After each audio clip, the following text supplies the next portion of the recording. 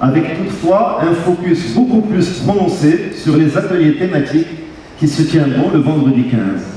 Ils seront animés par des professionnels des différentes thématiques identifiées. Je pense qu'aujourd'hui c'est un rendez-vous incontournable africain.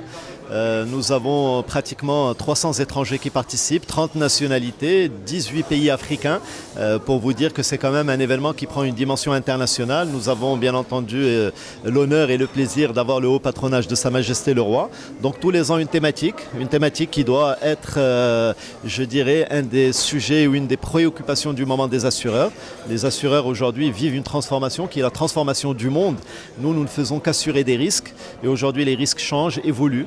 Il y a des risques qui sont liés au changement climatique, il y a des risques qui sont liés aux objets connectés, il y a des risques qui sont liés à la cybercriminalité, au terrorisme. Et l'ensemble de ces nouveaux risques, nous devons être capables de bien les évoluer, de bien les tarifer, de pouvoir les couvrir. Devenant ainsi, avec l'Afrique du Sud, la deuxième fédération africaine à y adhérer.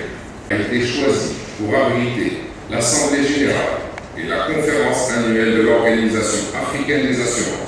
Le secteur évolue bien. Nous sommes aujourd'hui quasiment le troisième marché dans le monde arabe, le deuxième marché africain.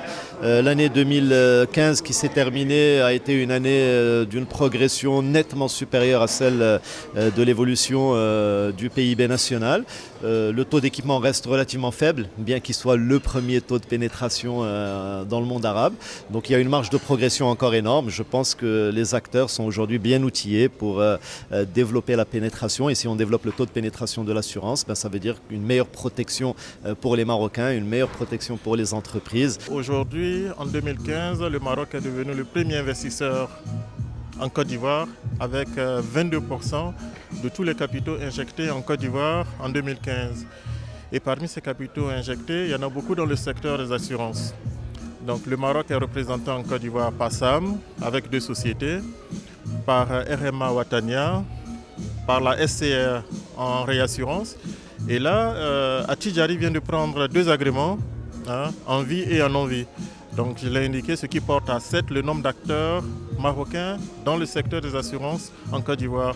Et il faut rappeler que la première compagnie aujourd'hui du marché, elle est marocaine. Beaucoup de choses. Je pense que la convention qui a été signée va corriger une faiblesse du marché ivoirien. Vous savez que sur nos marchés, le chiffre d'affaires est tiré par l'assurance automobile. Donc il faut très bien régler les sinistres et je pense que le Maroc a une expérience formidable qui va profiter à la Côte d'Ivoire. Nous avons aussi identifié un certain nombre d'axes relatifs au développement du capital humain à destination de nos ressources. Nous avons identifié d'autres axes de coopération. Je ne vais pas tous les citer.